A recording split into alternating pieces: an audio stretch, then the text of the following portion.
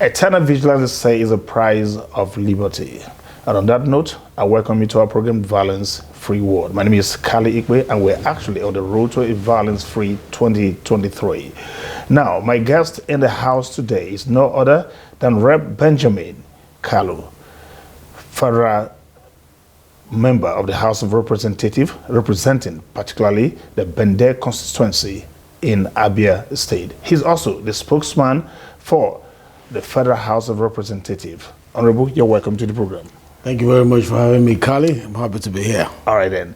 Now we're going to go straight into the conversation, but straight after this special report. I'll be right back.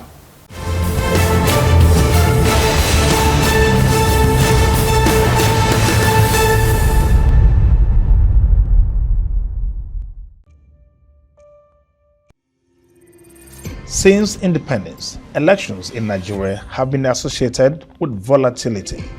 This perception stems from the incidents of violence experienced during and after elections. The 1964 elections recorded violence in unprecedented proportions, resulting in widespread arson, looting, and killing. Similarly, in 1979, though with a lesser intensity, violence broke out at various locations across Nigeria in protest of the election results that announced Alhaji Shehu Shagari as winner over Chief Obafemi Awolowo. The casualty figure was minimal but will be magnified for the 1983 elections when Shehu Shagari again won re-election. A significant dimension to that election was what played out at the state level, particularly in Ondo State, when Chief Akin Omoboriwo was initially pronounced victorious over incumbent Governor Adekunle Ajasin, a decision that was later reversed by the courts. His supporters literally ignited the state while protesting the outcome of the election. 1993 was the next major election moment, and in a much more defiant and sustained manner, angry Nigerians protested the annulment of the election of Chief Moshood Abiola in the June 12 presidential election by the General Ibrahim Babangida-led military administration. The resulting political tension took over a decade to settle. Political analysts and pundits had from this legion of sad events begun to build predictions with a near sense of certainty that Nigeria's disintegration will happen in the not-too-distant future. The casualty figure that came with the 2011 elections led people in several quarters to assume a looming catastrophe could happen with the 2015 general elections. The D-Day finally came, replete with the usual drama of ballot box snatching, rhetoric of fury, and climaxed with the unlikely concession of victory by the incumbent President Goodluck Ebele Jonathan to opposition candidate Muhammadu Buhari. Interestingly, all of the palpable tension melted into wide jubilation and excitement.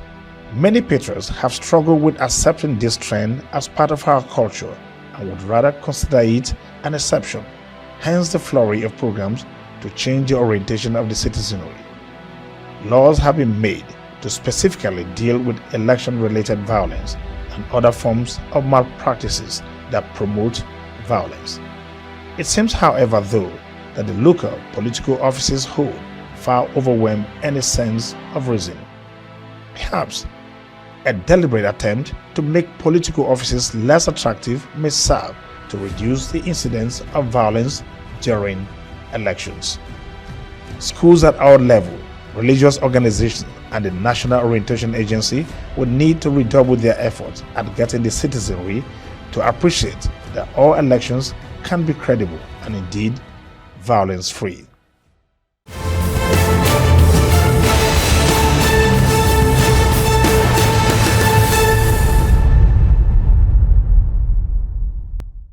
Welcome back. Now, Honorable Kalu, let's go straight into the conversation. Now, I'll start off immediately by saying that violence seemed like what defines or it's often associated with elections oftentimes. It looks like we're going there again and the tension is up there. People are talking tough, there's hate speech, there's rhetoric of fury everywhere and would not know. Is this how we are meant to continue? Thank you very much, Kali. It is important that we protect our political democratic structure, or if you like, democratic political structures. What I mean by that is it goes beyond political parties and goes into preserving this government of the people, by the people, and for the people. And to be able to achieve that, certain narratives must be well put out there. And the question you ask borders around the issue of issue-based campaign or character assassination, pull him down syndrome. What exactly are Nigerians looking for as the election comes and as the campaign comes? What Nigerians are looking for is beyond what it used to be for now. We are political advertising was centered around the attributes of an individual, with the exclusion of all other. In the First Republic, from the First Republic, we have always centered around the individuals and built some kind of pictures around the individuals that lured people to either like them or to feel they have leadership capacities. For example, growing up, we had Azikiwe. The late Azikiwe was being pictured as a man who had so much power, even mystical powers. In fact, we were told that he had the power to trap even mammoth spirit into a bottle. Wow. And that fear factor, that made people feel, oh, this is a big leader who is able to lead humans and spirits. Let's vote for him. Let's campaign. And growing up also, there was one around Awo, the late Awo, that he was omnipresent.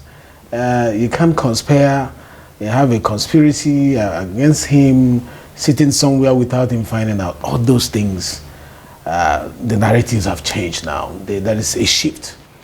And the shifting, some positively, some negatively. The negative aspect of this political advertising is where people run down each other, provoke each other, in the name of campaign. That is not what it ought to be. What it ought to be is a platform used by, political parties to showcase, informative elements of the agenda of the party with regards to the coming election. A platform where people will express what actually have they analyzed out of the situations we have found ourselves. What are they profiling as a solution to them?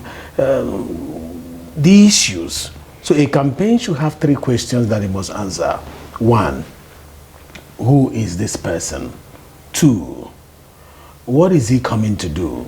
3, what has he done before now?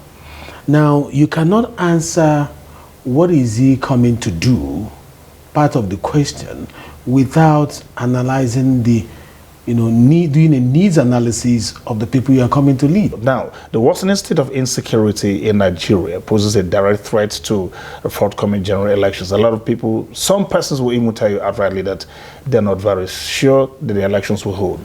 It's very, very doubtful, given the spate of violence almost everywhere at the same time. And then you look at the size of the security operatives that you have. Can they really handle this matter? Especially now you have elections holding in just one particular place, and yet you still have some issues to contend with. What if it's down happening? Do you share in this fear that there may be no elections on the account of insecurity in Nigeria come 2023? I've been in politics for 21 years, and I can assure you, active politics.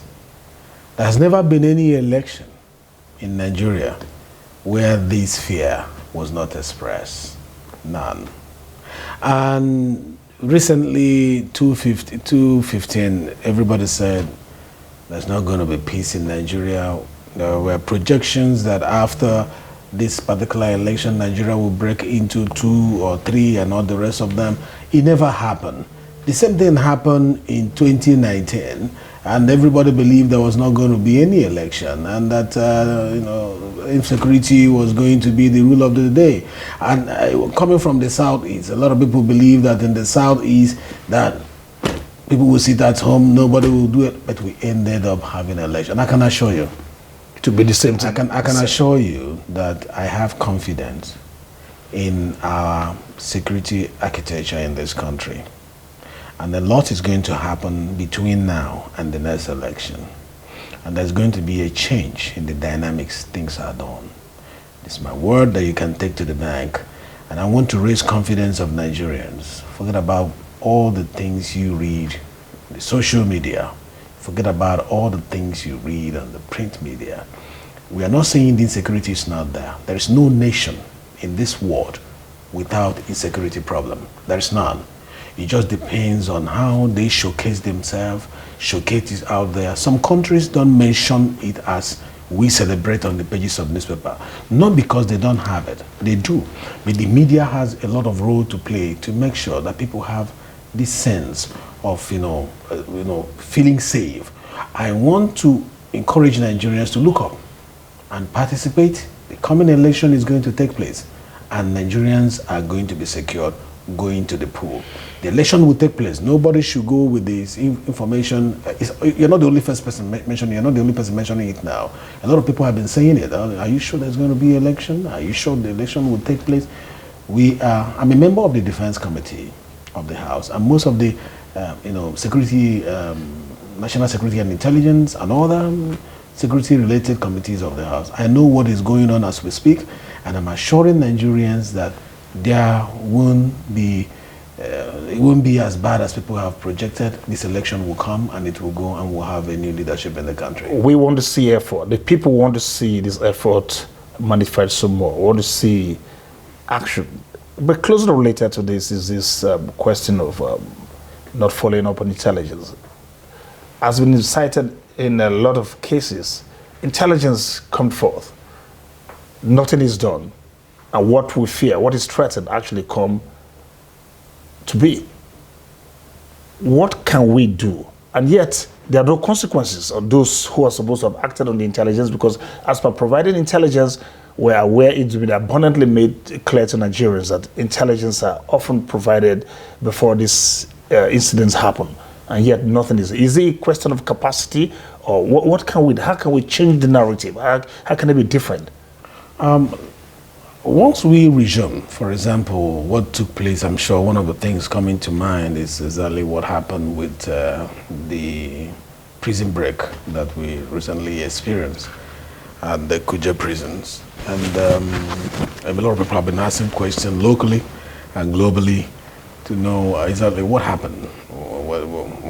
Why was there no intelligence? If there was intelligence, how come it was not?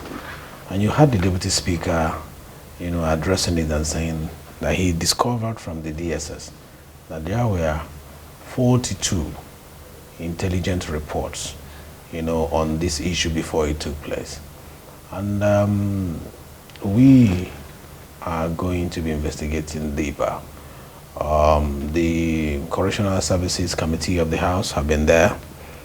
We have also sent the National Security and Intelligence Committee to go and assess. A lot of them are going to be called in to answer certain questions to the Parliament.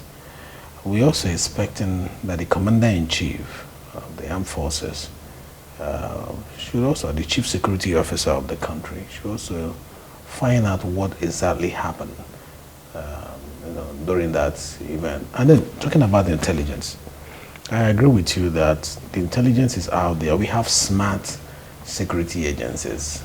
We do. The problem also is that we have noticed the sharing of this intelligence need to be improved on. And there had to be, we are expecting them to synchronize the network of intelligence, so that Mr. A in this agency will now be running along part B, and Mr. B is running along part C, and there's no synchronization of this intelligence to be able to keep us more safe. I'm sure the new Chief of Defense Staff, very intelligent officer, promised, one of his promises when he came on board was that the whole armed forces are going to work together and integrate their intelligence and make sure that we share. Recently, there was an issue around the Abuja axis, and people felt that Abuja was under siege, and Abuja was collapsing any moment from now. It never happened. Because are you referring to the encounter with the Brigade of Guards?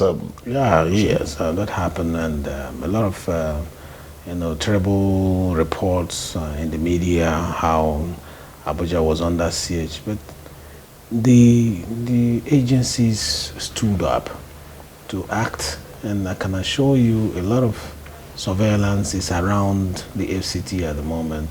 People are feeling safer than before. So we are going to keep motivating them, keep finding out their challenges during the budget analysis. They are going to do budget presentation, performance presentation, for us to know how they fared with the last money appropriated to them, and then we will know if there are things that we are not handled well, and if there are gaps, what they want us to do to bridge those gaps, because it's number one on our priority list. Security is number one on our priority list, and we're going to keep supporting the security agencies to make sure that things get better. And we must give this administration some kudos as well, because when we came on board, the farmer header issue was much, and today nobody's talking about that. What we're talking about now is other forms, kidnapping and insurgency. We will gradually also take care of that. We are hoping that with this Super Tucano that we 29 it's called Super Tucano 29 that we got from the United States. The Northeast is safer than it used to be before we brought in those aircraft. So it's not escalating around that zone, and we're sure that over time such interventions around other parts of the country, unfortunately it cannot leave the southeast, the northeast at the moment. Such interventions will be able to help us to achieve what we're looking for. The issues of religion, ethnicity, fair play, and rotational presidency, but that will be part of what we're going to come back and talk about once we return from this break. This is Violence Free World. We'll be right back after this timeout. Be here.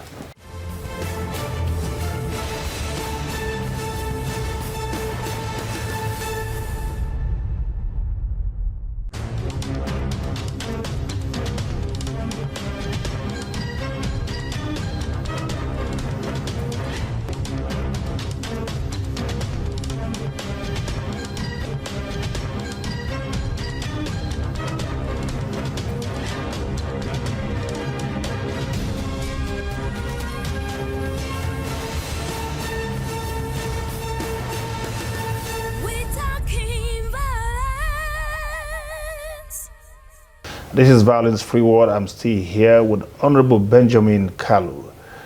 And the conversation continues. Just before we went on break, we hinted at talking on the question of ethnicity, religion, fairness, and rotational presidency. A lot of people feel now that the presidency haven't been domiciled or been domiciled in the northwest presently. Naturally, it should go to the south as a way of showing fairness. Interestingly, the APC, your political party, seem to be towing in that direction. Yet, there is this question of same faith ticket, which they believe does not do us any good. How is your party hoping to go around this situation? For me, I really don't want to talk about same faith or no same faith, whether they are native doctor on the ticket, or whether they That's for you. You don't care. Whether they are whether it is the same religion and all that. What is very interesting in this country is we must always at all times seek for national cohesion and integration.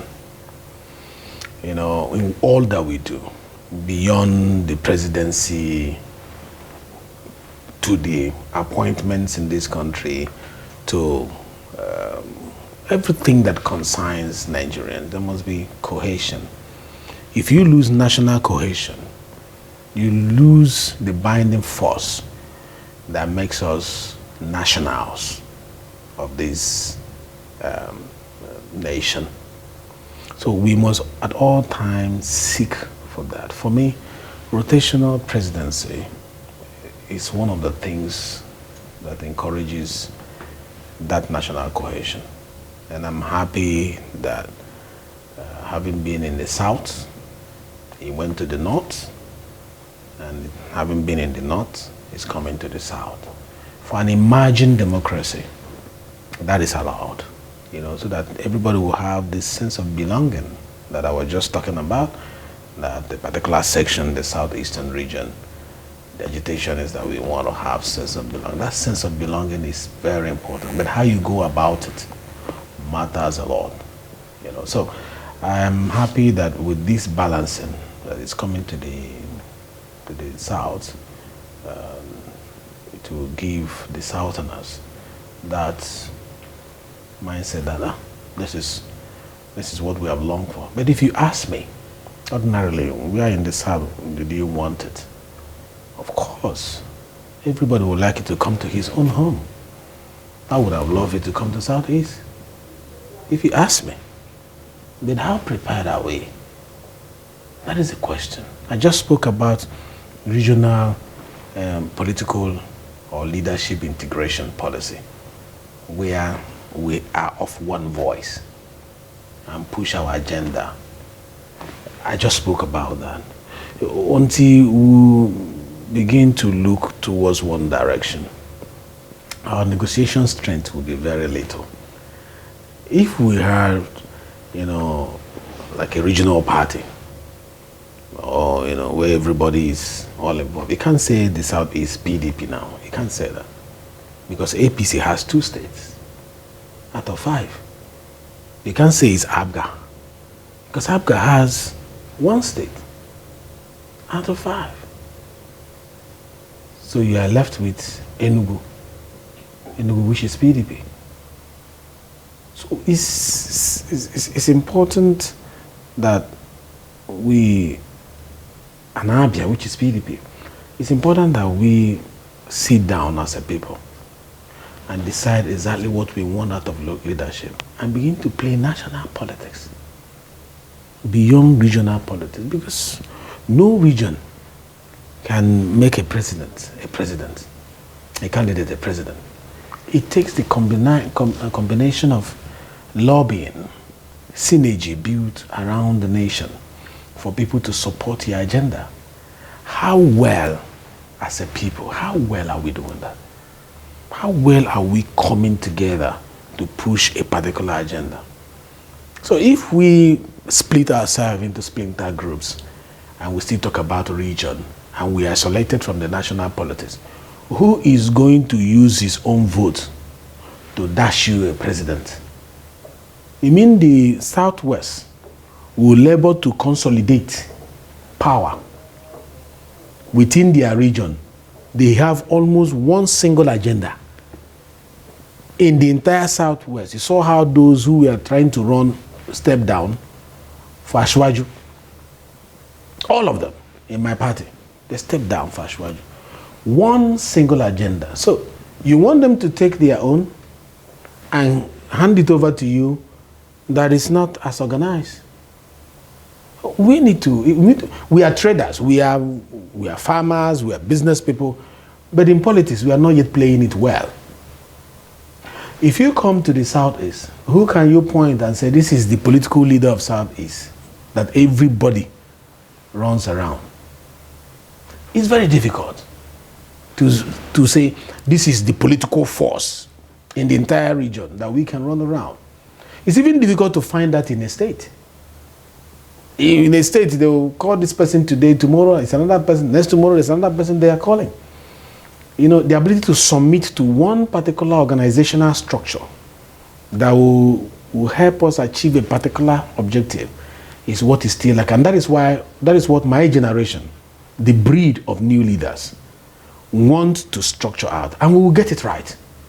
We will have a regional political leadership integration policy. And we'll take that policy to the national to negotiate. And we'll take that particular policy to strategize among colleagues or players in other regions so that they will have a buy-in through lobbying, not through gun shot, not through force, not through asking for secession. That's not what it's about. It's about going together and say, I know you are good in this, we also good in this. We'll have a buy-in for you now. Next time you have a buy-in for us. That way you trade horses with one another until you get what you're looking for. It is not by muzzle. It is by negotiation. It is by lobbying. It's by politicking. So you don't alienate yourself from the center, and you expect those who work together and the force and the energy they garnered together by working together to invest it on you without you having anything to show for that investment they are going to make. So that is the issue with regards to this regional political interest. But ask me any day, I want my brother to be president. But you see, in wanting my brother to be president, my brother in my party is my brother. And as we speak now, the campaign has now started.